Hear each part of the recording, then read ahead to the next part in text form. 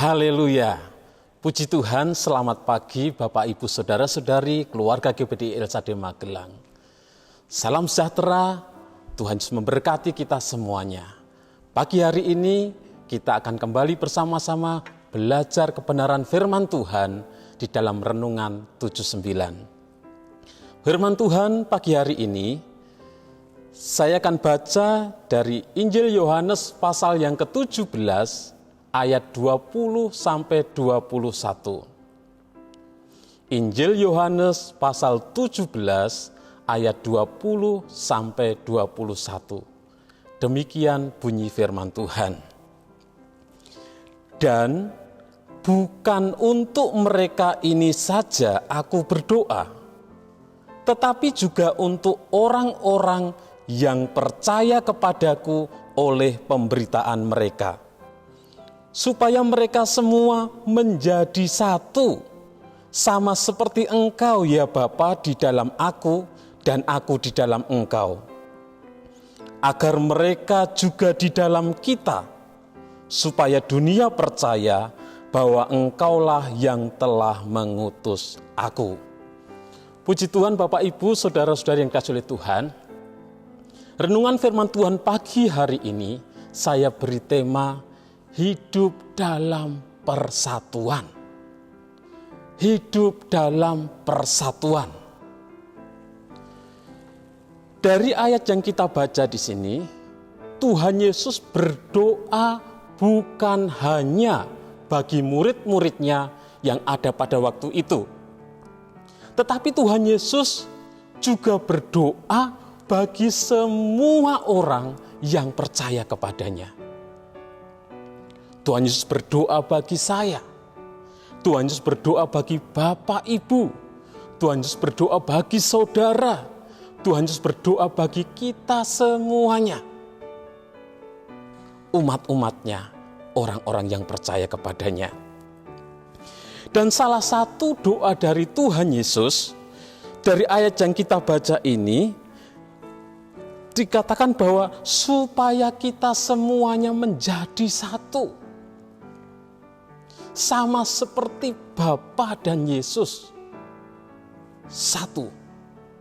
Tuhan mau kita semua orang-orang yang percaya kepadanya, kita semua umat-umatnya hidup di dalam persatuan. Tuhan mau kita semua umat-umatnya hidup di dalam kebersamaan. Itulah yang menjadi keinginan Tuhan. Itulah yang menjadi doa dari Tuhan Yesus.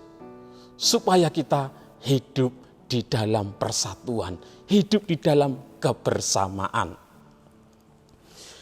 Mengapa kita harus hidup di dalam persatuan?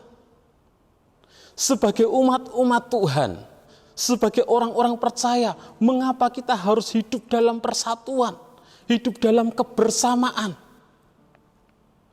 Yang pertama, di dalam Mazmur pasal 133 ayat yang pertama, Mazmur 133 ayat yang pertama, firman Tuhan katakan, sungguh alangkah baiknya dan indahnya bila saudara-saudara semuanya hidup bersama dengan rukun. Jadi dikatakan bahwa alangkah baiknya dan indahnya bila saudara-saudara diam bersama dengan rukun. Yang pertama, mengapa kita harus hidup dalam kebersamaan? Kita harus hidup dalam persatuan. Karena hidup bersama itu indah. Dikatakan sungguh alangkah baiknya dan indahnya. Hidup dalam kebersamaan itu indah. Hidup dalam kebersamaan itu baik. Firman Tuhan katakan. Kalau kita membaca di dalam Kisah Para Rasul, bagaimana jemaat mula-mula, gereja mula-mula, mereka hidup di dalam kebersamaan, mereka hidup di dalam persatuan. Orang-orang yang percaya bersatu, bersama-sama, untuk bersekutu setiap hari. Jemaat mula-mula mereka bersama-sama, bersatu. Mereka hidup dalam kebersamaan, tidak mementingkan diri mereka sendiri, tidak egois. Mereka saling mengasihi, saling mempedulikan, saling tolong-menolong dan lain sebagainya. Di dalam Kisah Para Rasul diceritakan, bahkan ada orang-orang yang memiliki tanah, mereka menjual tanahnya. Dan hasil dari penjualan tanah itu dibawa, diserahkan di bawah kaki rasul-rasul, digunakan untuk pelayanan. Mereka hidup dalam kebersamaan, hidup di dalam persatuan, dan hidup dalam kebersamaan dalam persatuan itu indah dan baik. Sehingga dikatakan di dalam Kisah Para Rasul, bilangan dari orang-orang yang percaya kepada Tuhan semakin hari semakin bertambah, semakin hari semakin banyak. Karena mereka tertarik dengan cara hidup umat-umat Tuhan, orang-orang percaya. Karena mereka hidup di dalam kebersamaan, mereka hidup di dalam persatuan yang begitu indah. Dan banyak orang yang tertarik dan menjadi percaya kepada Tuhan Yesus. Mengapa kita sebagai umat-umat Tuhan, orang-orang yang percaya harus hidup di dalam kebersamaan, harus hidup di dalam persatuan? Yang kedua, kita harus hidup di dalam kebersamaan, kita harus hidup dalam persatuan karena kita itu berbeda. Kita ini berbeda-beda, tetapi kita harus hidup di dalam kebersamaan. Kita berbeda-beda, tetapi kita harus hidup dalam persatuan.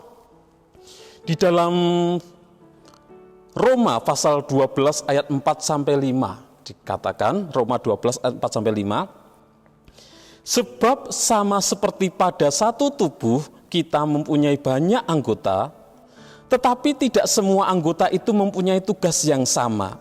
Demikian juga kita, walaupun banyak, adalah satu tubuh di dalam Kristus, tetapi kita masing-masing adalah anggota yang seorang terhadap yang lain. Dalam 1 Korintus pasal 12, kalau kita baca ayat 14 sampai ayat 20.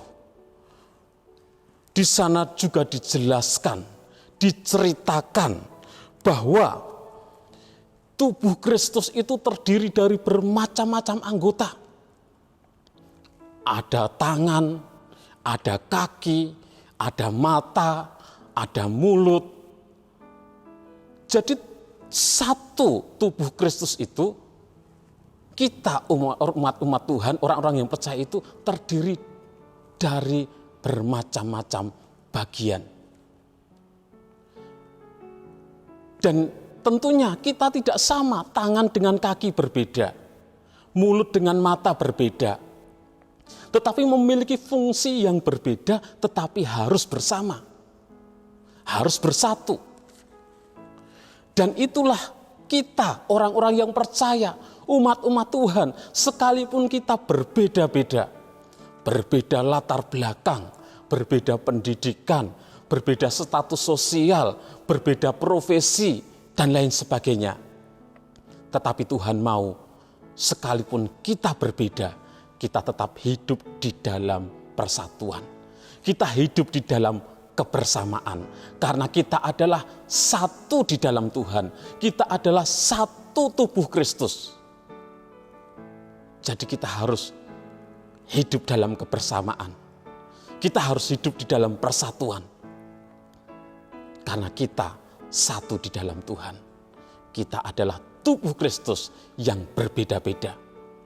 Dan perbedaan yang ada pada kita itu untuk saling melengkapi satu dengan yang lainnya. Perbedaan yang ada pada kita untuk saling melengkapi, untuk saling menolong, untuk saling menopang satu dengan yang lainnya. Dan itulah kita, umat-umat Tuhan, orang-orang yang percaya kepada Tuhan. Biarlah kita hidup dalam persatuan, hidup dalam kebersamaan. Yang ketiga, mengapa kita sebagai umat-umat Tuhan, orang-orang percaya, kita harus hidup dalam kebersamaan. Kita harus hidup dalam persatuan. Yang ketiga, karena kita tidak selalu bersama. Kita bersama hanya ketika ibadah di gereja saja. Kita bersama hanya ketika persekutuan saja. Tetapi sesudah itu pulang ke rumah masing-masing. Apalagi di masa-masa pandemi seperti ini. Kita sudah 2 bulan lebih, hampir 3 bulan kita tidak bersama. Ibadah di rumah masing-masing dan lain sebagainya. Kita tidak selalu bersama. Tetapi biarlah kita hidup dalam kebersamaan. Kita tidak selalu bersama, tapi biarlah kita hidup dalam persatuan. Itu yang Tuhan mau. Itu yang Tuhan inginkan. Itu yang Tuhan kehendaki bagi kita umat-umatnya. Tuhan Yesus berdoa supaya kita hidup di dalam persatuan. Hidup di dalam kebersamaan. Puji Tuhan Bapak Ibu, saudara-saudari yang dikasihi oleh Tuhan. Sebagai anak-anak Tuhan, marilah kita hidup dalam persatuan. Sebagai orang-orang percaya, marilah kita hidup dalam kebersamaan. Kita saling melengkapi satu dengan yang lainnya. Saling menolong, saling menopang, saling mempedulikan, saling menguatkan, saling mendoakan. Sehingga kita akan menikmati keindahan hidup di dalam kebenaran firman Tuhan. Terima kasih Bapak Ibu yang dikasihi Tuhan. Tuhan Yesus memberkati Bapak Ibu dan memberkati kita semuanya. Mari kita berdoa Bapak Ibu Saudara. Bapa kami yang ada dalam kerajaan surga, kami mengucap syukur buat pemeliharaan-Mu. Kami bersyukur buat kasih-Mu. Kami berterima kasih buat kesempatan yang Engkau beri untuk kami kembali mendengar firman-Mu Tuhan. Berikan kepada kami hati yang mengasihi Engkau. Berikan kepada kami hati yang mengasihi sesama kami Tuhan. Sehingga kami dapat hidup bersama, saling mengasihi, saling mempedulikan, saling memperhatikan, saling menolong, saling menopang, saling menguatkan, saling menghiburkan Tuhan. Biarlah kami boleh hidup di dalam kebersamaan, hidup di dalam persatuan seperti yang Engkau kehendaki Tuhan. Berikan kepada kami hati yang mengasihi.